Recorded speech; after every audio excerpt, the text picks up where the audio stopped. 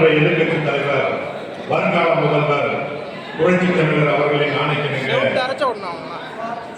நிகழ்ச்சிக்கு மாநகர் மாவட்ட கழகத்தின் ஆற்றல் மிகு செயலாளர் திரு முன்னாள் துணை மாவட்ட சிறுபான்மை நலப்பிரிவு செயலாளர் அருமை சகோதரர் திரு அப்பாஸ் அவர்கள் தற்போது வரவேற்புரையாற்றுவார்கள்.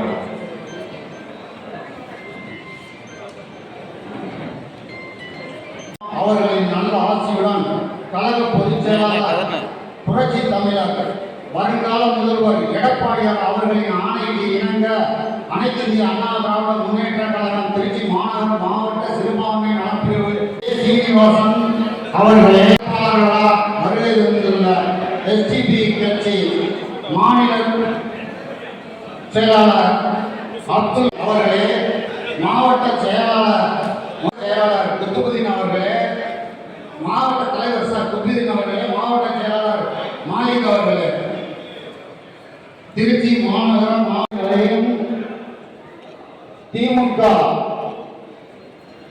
சிறப்புரையாற்றுவார்கள்.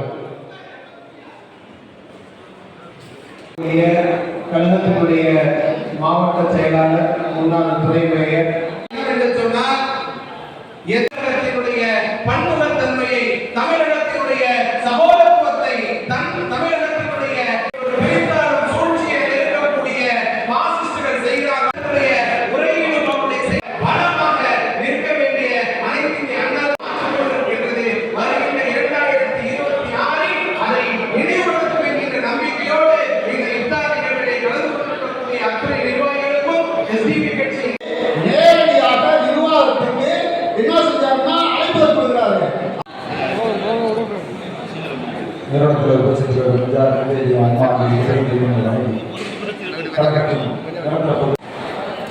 நிறுவனத்தில் மாவட்ட சிறுபான்மை அமைச்சர் அப்பாஸ் அவர்களே, இந்த நிகழ்ச்சியில் அழைப்பிருக்கிற பல்வேறு பணிகள் ஒதுக்கி வைத்து வருகின்ற தஞ்சை மண்டல ஐடி செயலாளர் எனது அன்புக்கும் கட்டுக்கும் பாசத்துக்குரிய சகோதரர், இந்த நிகழ்ச்சியில் நம்ம சிறப்பித்துக் கொண்டிருக்கும் மாவட்ட கழக அவைத்தலைவர் மாவட்ட கழக பொருளாளர் அன்பு சகோதரர் ராஜசேகர் அவர்கள், பாலாஜி அவர்கள், பகுதி கழக செயலாளர்கள் சொக்கால் அவர்கள், சர்தார் அவர்கள், சிராஜுதீன் அவர்கள், மாவட்ட சிறுபான்மை ராஜா முகமது அவர்கள், சுரேஷ் அவர்கள், நசுருதீன் அவர்கள் தொடர்ந்து எனக்கு முன்பு பேசிய அந்த நசல் சொன்ன மாதிரி இந்த நிகழ்ச்சியை நடத்துகிற பாக்கியத்தை தொடர்ந்து அல்லாஹ் அவர்களுடைய வழங்கி கொண்டிருக்கிறார்கள். அது மட்டுமல்ல, வருகின்ற 2026 சிறுபான்மை மக்களுக்கு நிறையா அம்மா காலத்திலும் சரி, நம்ம புரட்சி தலைவர் காலத்திலும் சரி, நான் மட்டும்தான் உண்மையான பாதுகாவலராக இருந்த ஆட்சி நடத்திய புரட்சி தலைவரோடு சரி, புரட்சி அம்மா அவர்களும் புரட்சி தலைவர் அவர்களும் தொடர்ந்து நாம் சிறுபான்மையினருக்காக தான் தொடர்ந்து பயணித்து வந்தோம். கடந்த காலத்தில் அந்த 10 ஆண்டு காலத்தில் தர்காக்களுக்கு பள்ளிவாசல்களுக்கு அரிசி வழங்கியிருந்தாலும் சரி, புனித பயணத்துக்கு திட்டமிட்டதாக கட்சி கழகம் என்பதை நிரூபிக்கும் என்ற வகையிலே நம் புரட்சி தமிழரான எடப்பாடியார் அவர்கள் 234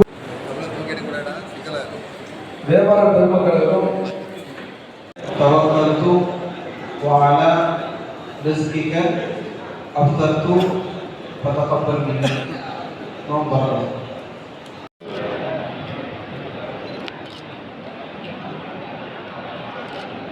ஊட்டி விட சொல்லுவோமா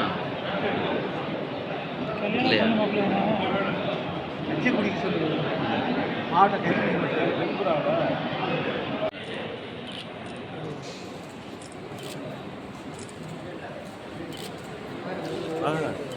எடுத்துருப்பா